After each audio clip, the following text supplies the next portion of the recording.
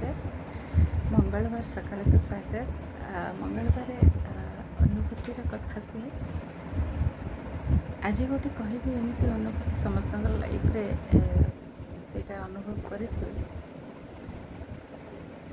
ଆପଣ ଯେତେବେଳେ ଚାହୁଁଛନ୍ତି କି ଆପଣଙ୍କ ନିଜର ଲୋକ ବା ସମ୍ପର୍କୀୟ ବନ୍ଧୁ ପିଲାମାନେ ଯାହା ବି ଏଇ ଜିନିଷଟା କରନ୍ତୁ, ଆପଣଙ୍କ ମନରେ ଆସୁଛି ଯେ ଆପଣ ଯାହା ଭାବୁଛନ୍ତି ସେମାନେ ସେଇ ଅନୁସାରେ ଚାଲନ୍ତୁ, ସେଇ ଅନୁସାରେ କାମ କରନ୍ତୁ, ତ ଆପଣଙ୍କୁ ସେଇଟା ଗୋଟେ ଖୁସି ଲାଗେ।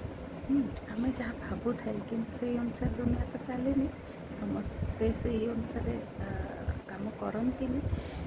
ତେଣୁ ସବୁଠୁ ଭଲ ହେଲା ଆମେ ସବୁ କ'ଣ କରିଥାଏ,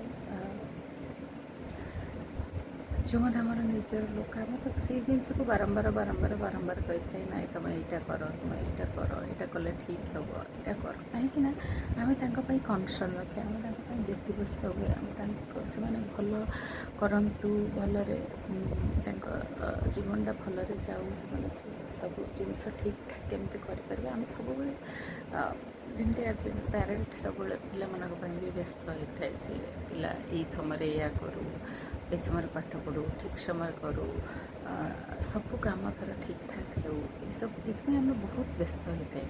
ତେଣୁ ଆମେ ସବୁବେଳେ ସେଇ ଜିନିଷଟାକୁ କହୁଥାଏ, ନାଇଁ ତୁ ଏଇଟା ଟିକିଏ କେଉଁଠି ମାନେ ଦେଖିଲେ ଯଦି ସେ ଠିକ୍ରେ କରୁନି ସମୟରେ ତାର ଯେଉଁଟା କରିବା କଥା, ତ ଆମେ ତାକୁ ବାରମ୍ବାର ରିପିଟେସନ୍ କରିଥାଏ, ତୁ ଏଇଟା କର, ତୁ ଏଇଟା କର, ଏଇଟା କର।